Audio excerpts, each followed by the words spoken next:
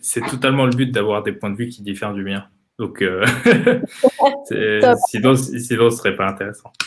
Donc, du coup, peut-être que pour commencer, est-ce que tu peux te présenter et raconter un peu ce que tu fais avec ton blog et nous parler un peu, voilà, comment ça a commencé et qu'est-ce que tu fais aujourd'hui? Donc, je m'appelle Myriam, j'ai créé il y a 2 ans maintenant le site Légende Internet. À la base, je suis journaliste, ça fait 5 ans que je suis journaliste web. Je travaille généralement dans les rubriques société de plusieurs sites Internet, donc je suis spécialisée en société. Et depuis quelques années, je trouve qu'il y a un gros sujet de société qu'on parle pas forcément, dont on parle pas forcément très bien, c'est tout ce qui se passe sur les réseaux sociaux et notamment tout ce qui est lié aux créateurs de contenu. Donc, je me suis dit, vu que les rédactions dans lesquelles je travaille ne s'intéressent pas forcément à tous ces sujets-là, que c'était pertinent d'ouvrir un blog sur le marketing d'influence pour vraiment parler du métier de créateur de contenu comme on ne peut pas en lire sur des médias grand public. L'idée, c'était de permettre aux personnes qui soit ont l'habitude de suivre des créateurs de contenu ou soit qui découvrent un petit peu cet univers-là, de leur permettre d'avoir une vision assez globale de ce qui se passe à un instant T dans le marketing d'influence. Au fil des mois, je me suis rendu compte que les lecteurs qui venaient sur le blog, c'était beaucoup des professionnels et notamment des personnes qui travaillaient en agence, puisque je recevais des mails et j'avais lancé une newsletter qui me prouvait que vraiment les personnes qui s'abonnaient à cette newsletter, c'était principalement des personnes donc, qui travaillaient en agence, des freelances et quelques marques déjà. Au bout de 6 mois. Donc, à partir de ce constat-là, je me suis dit qu'il fallait peut-être que je revoie un petit peu ma ligne éditoriale et que je parle véritablement à une audience professionnelle. Donc, que ce soit pas du tout une audience grand public. Donc, qui dit professionnel, ça va être des personnes qui vont vouloir voir des analyses sur les campagnes qui ont été qui ont eu lieu les mois précédents, d'avoir aussi un retour concret sur comment la campagne s'est déroulée, quel était l'objectif, qu'est-ce qu'on attendait les annonceurs, pourquoi ils ont choisi tel ou tel créateur de contenu. Donc ça, c'était une première partie. Et la seconde partie, c'était aussi de permettre aux créateurs de contenu d'avoir un espace où ils puissent véritablement parler de leur métier et non pas, comme on peut le voir habituellement, quand ils sont invités lors des interviews, qui viennent parler un petit peu de tous les buzz ou de leur vie privée à côté, mais que là, ils puissent véritablement s'exprimer sur voilà, leur vision du marketing d'influence, la manière dont ils créent le contenu, la manière dont ils travaillent avec les plateformes, que ce soit Instagram, YouTube ou TikTok maintenant, et d'avoir en fait un aspect assez global, un tour d'actu chaque jour pour permettre à ces professionnels de s'informer et d'avoir un espace où ils puissent trouver chaque jour les informations pertinentes sur le marketing d'influence. Tu t'en es Donc, rendu compte? Ouais, vas-y, je t'en prie. oh non, vas-y. Non, j'allais dire, tu t'en es rendu compte quand qu'en fait, tu avais une audience véritablement professionnelle? Ça a été assez rapide ou tu as mis un peu de temps avant de réaliser voilà, que l'audience était plutôt professionnelle sur ce sujet-là? Ça a été assez rapide en fait. Je pense que c'est venu au bout de 6 mois à peu près, quand j'ai commencé à recevoir quelques mails et où voilà, dans les mails, on me demandait si j'étais une agence, qui se cachait derrière moi enfin qui se cachait derrière le site plutôt, s'il y avait une équipe, si notre objectif c'était à terme de devenir une agence et de travailler avec des créateurs de contenu et des annonceurs, etc. Donc c'était surtout des personnes qui étaient curieuses, je pense, mais qui travaillaient déjà dans cet univers-là et qui, je pense, faisaient leur veille et sont tombés sur les articles que je publiais, soit via les réseaux sociaux, soit via Google, et qui donc voulaient en savoir un petit peu plus. Et à force de discuter avec elles, ou enfin en échangeant quelques mails avec elles, en leur présentant le projet, elles me disaient que c'était pertinent et surtout que c'était pertinent de s'adresser à une audience professionnelle, puisque aujourd'hui, il y a encore besoin d'informer et d'éduquer pas mal d'annonceurs sur ce sujet-là, qui soit n'ont jamais fait de campagne de marketing d'influence, soit en ont déjà fait, mais voudraient passer un palier supplémentaire pour soit être plus créatif, soit penser à imaginer d'autres campagnes. Et donc, je me suis dit que c'était pertinent en fait aussi en France d'avoir un espace où on parle véritablement que de marketing d'influence, comme on peut parler d'autres sujets, que ce soit l'entrepreneuriat, les campagnes pub plus traditionnelles ou tout Tout à ça. Donc, fait. voilà. Ouais, c'est vrai que je travaillais dans la communication de manière plus générale avant. Et il y a plein de blogs qu'on suit dans la communauté, qui sont liés à la publicité, comme Creapills, La Réclame, Ouais. plein de blogs sur la publicité. Et il y en a assez peu finalement qui parlent de marketing d'influence de manière spécialisée et approfondie. Ouais. En tout cas, moi j'en connais. Je te connais toi et je connais Influence. J'en connais deux en fait. Ouais, en France, Grossièrement. Ouais. En France, c'est les deux seuls, je crois, qui existent pour le moment. Après, tu as des médias un peu plus traditionnels comme Stratégie qui ont pensé il y a 1 an peut-être maintenant à une verticale vraiment qui est spécialisée dans le marketing d'influence, mais qui n'est pas alimentée véritablement tous les jours où voilà, il y a un article dans le journal papier, mais en tout cas sur le web, il y en a un peu moins. Et je pense que, en tout cas, vu ce qui était fait déjà aux États-Unis et au UK, par exemple, il y avait véritablement une place à prendre, en tout cas pour un média dans ce secteur-là. Donc, écoute, pour le moment, ça marche pas trop mal, donc j'espère que ça va continuer. C'est quelque chose qui existe aux États-Unis et au UK, des blogs dédiés à l'influence. Tu veux que je t'en cite si t'en as que t'aimes bien, que tu recommanderais, en particulier, oui, sinon, t'es pas obligé. Non, je peux en citer parce que j'en lis pas mal. Il y a TubeFilter qui est à peu près pareil, similaire à ce que nous, on peut poster sur les gens d'Internet qui, tous les jours, traitent un petit peu d'actualité, autant du côté des professionnels, donc qui relaient autant les informations d'agences ou de grosses plateformes, que du côté des créateurs de contenu, donc que ce soit leur collaboration ou, je sais pas, une grosse nouvelle qui concerne quelqu'un en particulier. Il y a aussi le blog Later, alors lui qui est peut-être un peu plus spécialisé dans le social media puisqu'il met vachement en avant toutes les nouvelles fonctionnalités des réseaux sociaux et la manière dont on peut se servir. Mais il y a aussi dans leur article une dimension qui englobe le marketing d'influence et qui peut permettre aux annonceurs en fait de copier un peu les tips des créateurs de contenu pour eux permettre d'évoluer sur les réseaux sociaux. Et au UK, il y en a un que j'aime beaucoup qui s'appelle Talking Influence, qui pareil est très récent et qui et pareil, destiné aux professionnels et qui donne la parole en fait aux agences via des tribunes ou via des interviews ou via des papiers et voilà, qui est hyper intéressant, notamment pour avoir une vision peut-être un peu plus globale, décidément j'ai du mal avec ce mot, globale sur ce qui se passe dans le secteur du marketing d'influence. Et ce sont, là encore une fois, comme toi, ce sont des médias et eux, ils souhaitent rester des médias et ce ne sont pas des agences qui publieraient qui ferait de la création de contenu dans le but d'attirer des clients. Alors, Later, c'est le seul qui n'est pas un média. En fait, Later, c'est une plateforme un petit peu comme Swello en France, en fait, qui permet de planifier ses posts sur les réseaux sociaux. Mais eux, ils ont vraiment, vraiment une grosse partie création de contenu avec un blog et plusieurs créateurs de contenu. Donc, c'est quelque chose qui mettent vachement en avant. Mais sinon, les deux autres, c'est véritablement que des médias. Ok, très bien. Est-ce que tu peux nous donner quelques exemples d'articles que tu rédiges actuellement? Parce que je connais un petit peu ton blog et je le lis régulièrement, donc je sais qu'il y a des grands articles, des rubriques qui sont assez récurrentes. Est-ce que tu peux en parler un petit peu? Et pourquoi avoir choisi peut-être ces séries-là plus que d'autres? Alors, je vais commencer par les articles qui reviennent un petit peu chaque mois. Notamment en début de mois, on a pris l'habitude d'écrire un article sur les collaborations entre les marques et les influenceurs qu'on a trouvé les plus pertinentes le mois avant la publication de l'article. L'idée, c'était de permettre aux professionnels, enfin tous ceux qui voulaient s'informer sur ce qui s'était passé, d'avoir en fait sur un seul et même article une liste de collaborations qui ont été originales ou qui ont eu lieu sur une plateforme auquel on ne pense pas forcément, qui se différencient d'Instagram ou qui mettent en scène aussi des annonceurs qui n'ont pas l'habitude non plus de faire du marketing d'influence. Donc l'idée, c'est d'en choisir une petite dizaine avec à chaque fois des explications pour essayer de dire quel est l'objectif, pourquoi le créateur de contenu a été choisi et quels sont les résultats. Ça, c'est des informations qu'on n'a pas tout le temps parce que les agences communiquent très peu là-dessus. Les créateurs de contenu, eux, ont l'habitude de parler en disant voilà, aujourd'hui, je sors telle collaboration avec telle marque.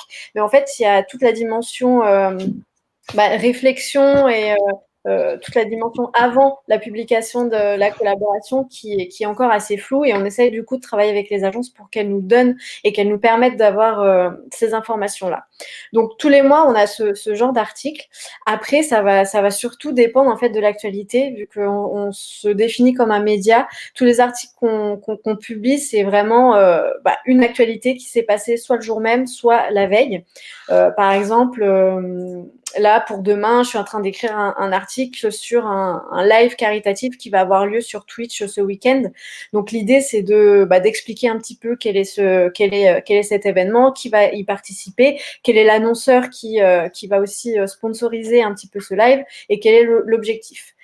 Ça, pareil, dans l'idée d'informer et de montrer ce qu'il est possible de faire avec une plateforme comme Twitch et des streamers qui ont l'habitude d'animer une communauté et de jouer en live à des jeux vidéo.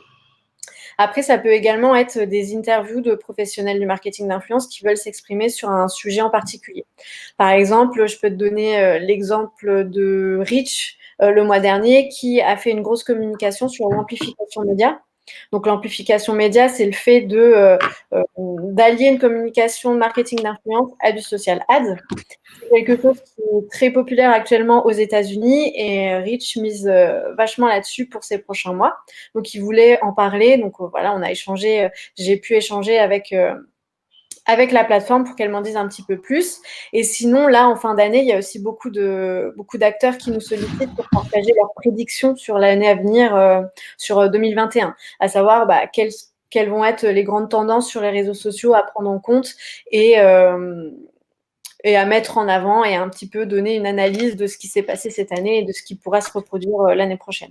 Donc, en fait, c'est vraiment des articles qui, en fait, tous les jours, il y a des articles un petit peu différents suivant une déclaration d'un créateur de contenu ou un CP qu'on va recevoir ou une collaboration qu'on va voir qui va être pertinente à mettre en avant. Donc voilà, c'est des articles qui sont hyper variés, mais ceux qui fonctionnent le plus et qui intéressent le plus, c'est vraiment ceux qui mettent en avant une collaboration d'un influenceur avec une marque assez connue. Ok. Et donc, du coup, toi, tu es en relation régulière avec ces agences, ou c'est plutôt un travail de veille que tu fais et qui nourrissent ces articles actuellement? Alors, il y a un gros travail de veille, ça, je ne vais pas te le cacher. Très, très gros travail de veille où tous les jours, il faut regarder les réseaux sociaux, regarder les stories, regarder Twitter, regarder Instagram, regarder ce que font les médias, etc. Parce que encore une fois, très peu d'agences communiquent là-dessus. Donc, moi, le travail que je mène depuis à peu près, on va dire, presque un an, c'est d'essayer de démarcher les agences en leur disant, voilà, on est un jeune média et nous, ce qui nous intéresse, c'est de mettre en valeur votre travail. Donc, n'hésitez pas à nous contacter quand vous avez une campagne qui sort un peu de l'ordinaire et dont vous êtes fiers, à venir nous contacter, à venir nous en parler. Donc, au fil des mois, certaines ont pris l'habitude de nous envoyer des CP ou de nous envoyer des mails quand elles sortent vraiment un gros projet sur lequel elles veulent s'exprimer, ou même quand elles ont un projet, que ce soit en marketing d'influence avec un créateur de contenu en particulier, ou si elles sortent une nouvelle fonctionnalité, un nouvel outil pour permettre aux annonceurs de créer leur propre campagne. Donc, elles nous sollicitent. Après, certaines ne pensent pas encore à nous, mais ça, je pense que ça va arriver, que c'est un travail pareil de fond et que ça va devenir une habitude. Mais en tout cas, aujourd'hui, on reçoit beaucoup plus de CP qu'il y a un an.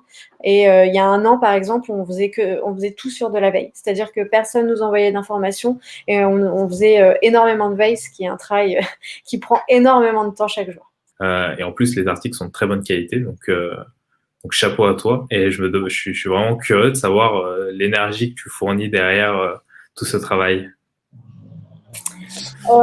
C'est vrai que j'ai jamais véritablement compté le nombre d'heures consacrées au blog, mais je pense que c'est entre 3 et 5 heures par jour. Que ce soit de la veille, mais en fait, la veille, ça peut être, tu vois, tu es sur ton compte Instagram, tu regardes une story, et puis là, tu vas voir un créateur de contenu qui parle d'un truc, et puis paf, ça va te donner une idée d'article à rédiger. Donc ça, en fait, ça fait partie de la veille, mais ça fait aussi partie de mon quotidien, parce que comme tout le monde, j'ai l'habitude d'aller sur Instagram et de me divertir via ce biais-là. Donc c'est pas véritablement, c'est pas du temps que je consacre aux gens d'internet, quoi.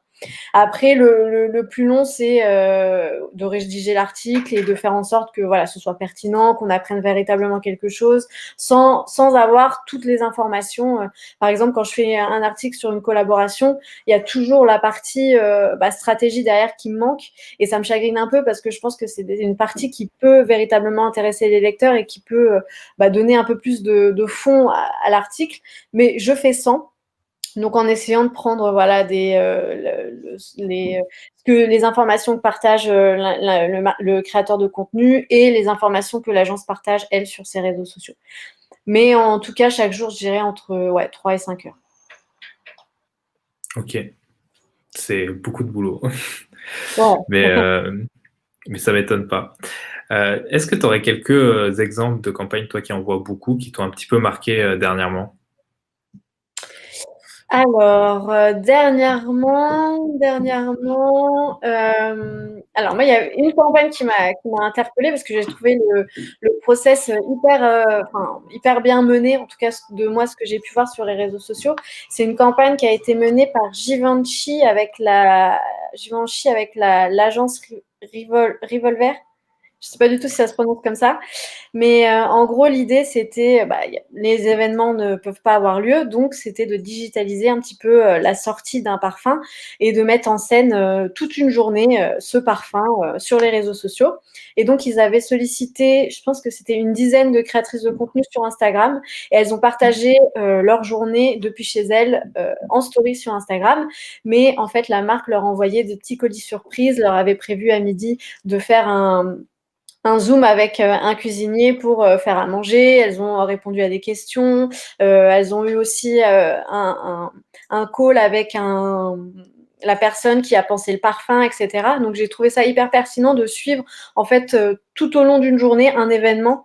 Et puis, ça résonne aussi vachement avec ce qui se passe en ce moment, vu que tout le monde digitalise un petit peu toutes ces communications. Donc, je trouvais que c'était bien pensé et que c'était bien amené. Non, forcément, à la rentrée, quelque chose qui a vachement été relayé, c'est je crois que c'est la 4e ou la 3e collection capsule de Lena Situation avec Jennifer, où ils ont pensé un magasin physique pour cette collection.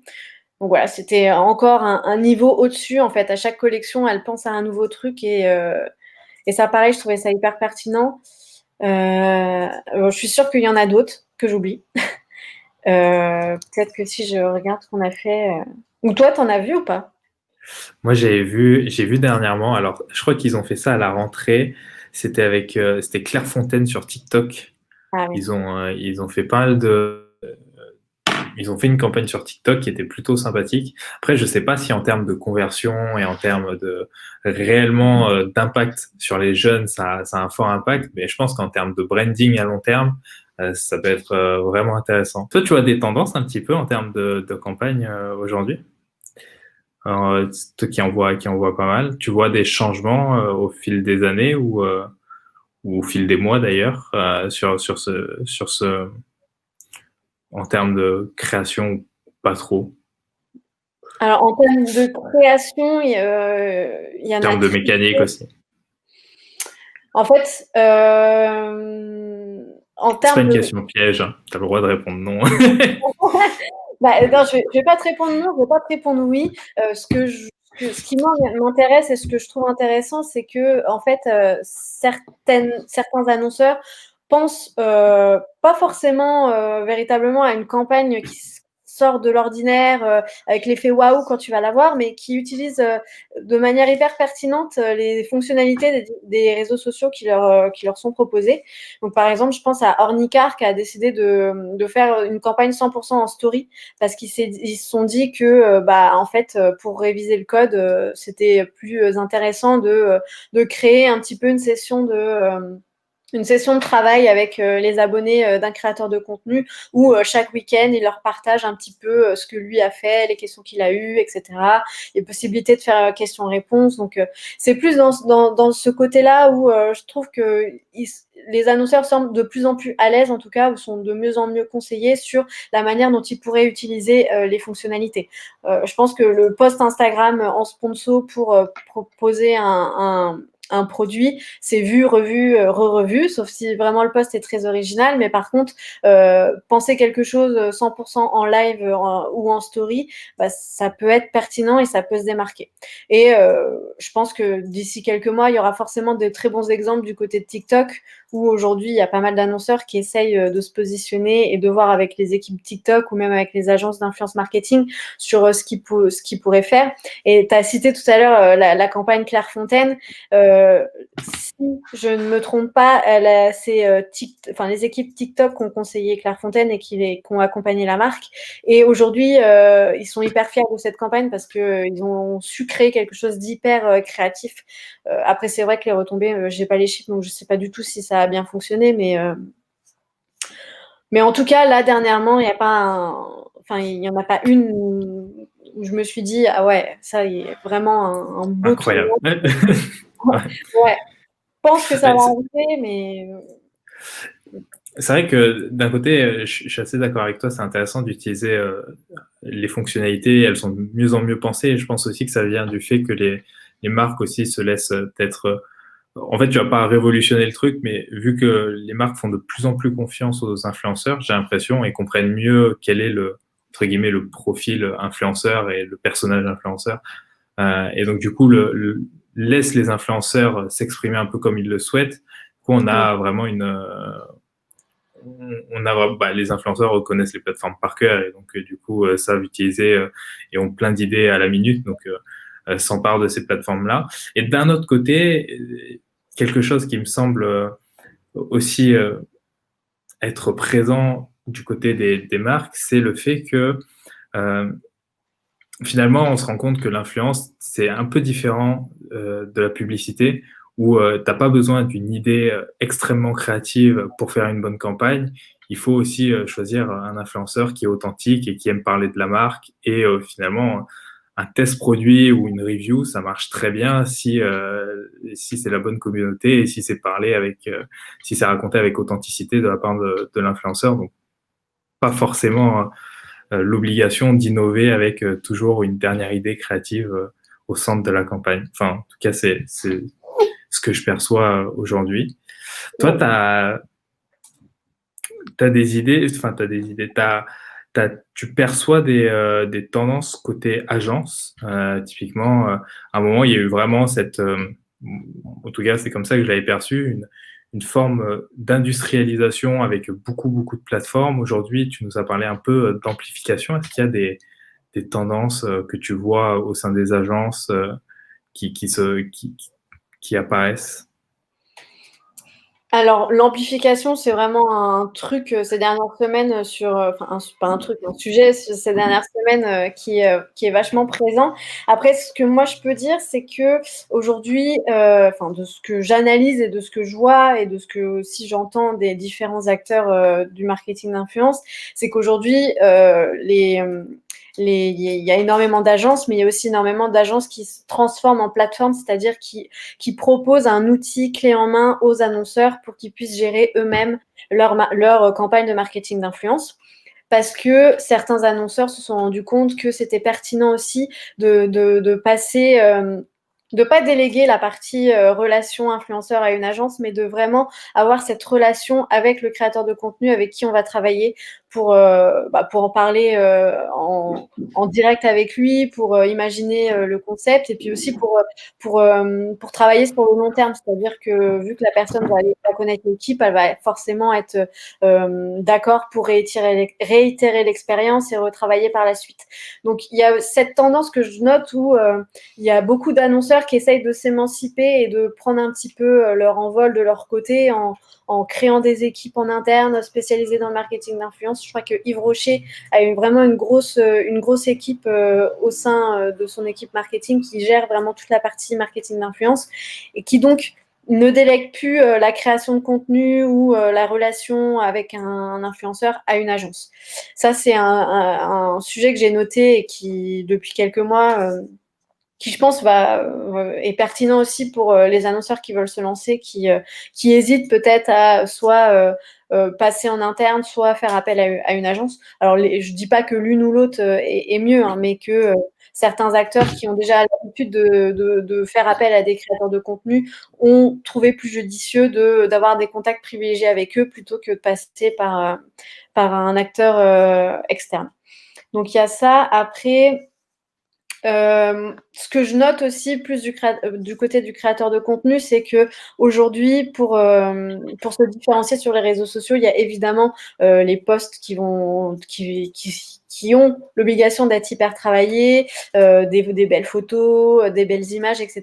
Mais il y a aussi le fond de ce que le créateur de contenu partage. C'est-à-dire qu'aujourd'hui, partager une belle photo sans avoir un véritable message derrière, ça a peut-être moins d'impact que si un créateur de contenu a une conviction et une conviction forte qu'il veut partager sur les réseaux sociaux. Je pense notamment, tu as parlé tout à l'heure de My Better Self, 12 février ou encore The Ginger Chloé, désolée pour l'accent, mais qui, elles, sont vraiment spécialisées sur l'acceptation de soi et qui, depuis quelques années maintenant, mais surtout, j'ai l'impression cette année, ont vraiment explosé sur les réseaux sociaux parce qu'elles ont un message et des convictions à faire passer et qu'aujourd'hui, c'est ce que recherchent aussi les abonnés les utilisateurs de ces plateformes. C'est qu'ils veulent plus forcément être inspirés par de belles photos, mais ils veulent aussi être éduqués et s'informer sur un véritable sujet.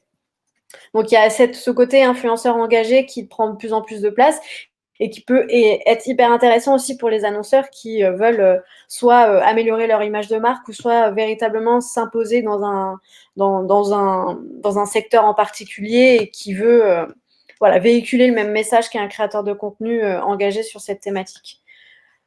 C'est les deux gros points que moi je note en cette fin d'année en tout cas. Toi, t'en as vu d'autres ou Je t'avouerai que cette année, j'étais un petit peu moins à faire de la veille et à regarder les tendances que les années précédentes pour des raisons évidentes. mais je pense que, en tout cas, les influenceurs, le fait que les influenceurs soient de plus en plus engagés, je pense que c'est un très très bon point. C'est un point que je notais déjà un petit peu l'an dernier. Je crois que c'était avec Enjoy Phoenix à l'époque, au tout début de l'année 2020, qui avait dit justement fini les colis, je veux plus en recevoir, et avec une vraie volonté de s'engager pour l'écologie, sur les sujets liés à l'écologie. Et petit à petit, j'ai l'impression qu'elle a, mine de rien, créé un mouvement auprès de plein de petits influenceurs qui, eux aussi, ont osé prendre la parole sur certains sujets, quitte à se mettre à dos quelques annonceurs. Et finalement, c'est un message assez fort, et je suis assez d'accord avec le fait que finalement, pour un annonceur, s'associer avec un influenceur, c'est s'associer aussi avec ses valeurs et avec ses convictions. Et donc, ça peut avoir un effet, faut le vouloir, mais en tout cas, ça peut donner du caractère à son image de marque. Ça, je suis assez d'accord. Enfin, je suis vraiment d'accord avec toi. Est-ce que toi, tu as des influenceurs que tu suis particulièrement ou que tu aurais découvert récemment et qui te plaisent beaucoup, que tu recommanderais? Sur Instagram, je vais redire ce nom que j'arrive pas à prononcer, mais The Ginger Chloé, voilà, que j'ai découverte la semaine dernière et j'étais déjà tombée sur son compte, mais je trouvais que c'était pertinent parce qu'elle a un véritable message à faire passer et que, en fait, au tout début, ce qui est intéressant, c'est de connaître son histoire, c'est que je crois qu'elle s'est lancée en 2017 et qu'au tout début, elle n'était pas du tout dans ce mouvement d'acceptation de soi. Elle était très lifestyle, elle proposait, partager ses découvertes, ses coups de cœur, etc. Et au fil des années, elle a voulu véritablement s'engager dans ce mouvement-là. Et en fait, c'est en s'engageant qu'elle a explosé sur Instagram. Aujourd'hui, elle est à 133 000 abonnés, je crois, alors qu'au début de l'année, elle était à peine à 50 000. Moi, j'ai une question sur ça. C'est est-ce que, et c'est un peu, c'est plus, c'est pour avoir ton opinion, mais il y a une question qui peut se poser, c'est justement sur le côté, les influenceurs sont de plus en plus engagés, mais on sait aussi que le fait d'être engagé, ça te permet d'être clivant sur les réseaux sociaux. Et quand tu es clivant, forcément, ça suscite des réactions. Et est-ce qu'il n'y a pas un petit biais, ou en tout cas une stratégie qui pourrait paraître un petit peu hypocrite auprès des influenceurs, de dire, bon, je vais dire que je suis engagé, donc ça va forcément être clivant, donc je vais faire plus de réactions parce que ceux qui vont pas être d'accord, ils vont réagir de manière négative, et ceux qui vont être d'accord, ils vont le promouvoir. Est-ce que tu penses pas qu'il n'y a pas aussi cette tendance un peu vicieuse derrière ce truc de dire bon bah finalement on est tous devenus engagés parce que c'est ce qui marche en ce moment sur les plateformes liées aux algorithmes?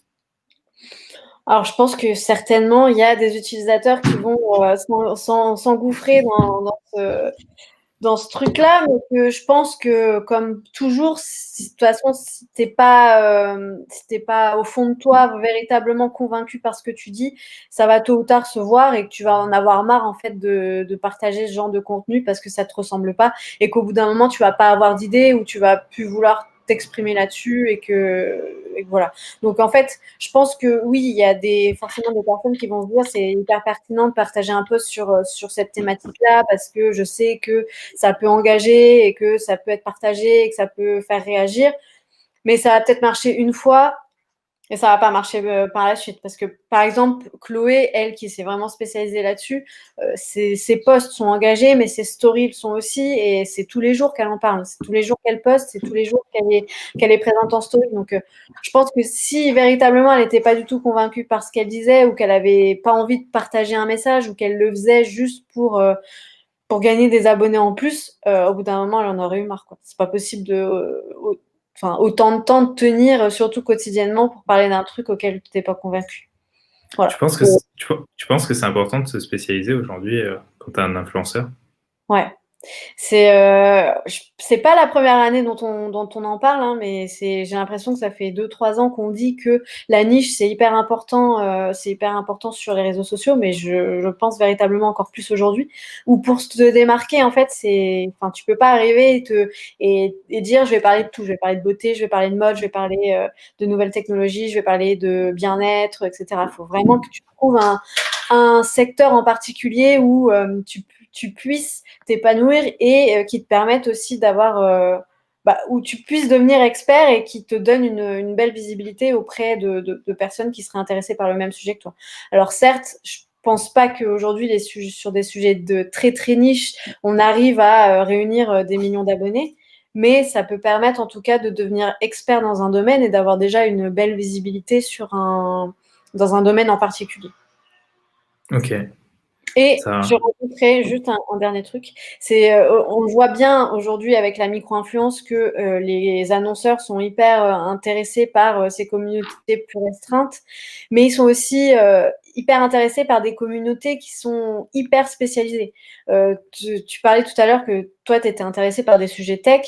Les entreprises tech, je pense c'est dans leur intérêt de trouver des créateurs de contenu et des ambassadeurs dans un sujet vraiment très niche, très spécialisé, où il n'y a peut-être pas 100 000 personnes qui les suivent, mais quelques milliers, mais où en fait leur communication aura un réel impact et où leur communauté sera réellement intéressée, que plutôt de choisir quelqu'un qui est plus lifestyle, avec des centaines de milliers d'abonnés, mais qui en fait tous les jours parle de tout, donc aura peut-être un peu moins d'impact, ou il y aura juste une toute petite partie de sa communauté qui sera intéressée par le sujet. Donc je pense que se nicher, c'est intéressant et qu'il faut vraiment, enfin, il faut pas avoir peur, quoi. D'accord. C'est marrant, tu parles de micro-influence. Je voulais rebondir sur un sujet. Euh, on a vu au début, bon, on parlait d'influenceurs. C'était déjà nouveau, entre guillemets, quand le terme est apparu et s'est popularisé. Ensuite, on a parlé de micro-influenceurs. Maintenant, on parle de nano-influenceurs. Est-ce que finalement, influenceur, ça veut dire quelque chose aujourd'hui? Parce que, enfin, c'est quoi un nano-influenceur? Est-ce qu'on ça commence à combien? À 100, à 200, à 1000, à 5000? Tu vois, mais finalement, moi, je croyais qu'à 5000, c'était un micro-influenceur. Tu vois, il y a plus de barrières. Au final, on est tous influenceurs, on n'est pas influenceurs. Ça se passe comment? Toi, t'as ton opinion là-dessus? Ouais, je pense qu'en fait, ces termes, c'était surtout pour se rapprocher de ce qui a fait les beaux jours de l'influence. Enfin, quand je dis beaux jours, ce qui a permis à l'influence, en fait, d'avoir un si bel impact auprès des communautés, c'est au tout début, quand les créateurs de contenu, en fait, s'adressaient ils n'avaient pas des millions d'abonnés. Au tout début, ils en avaient quelques milliers, mais ça suffisait amplement aux annonceurs ils arrivaient à convertir malgré le peu de personnes auxquelles les créateurs de contenu s'adressaient.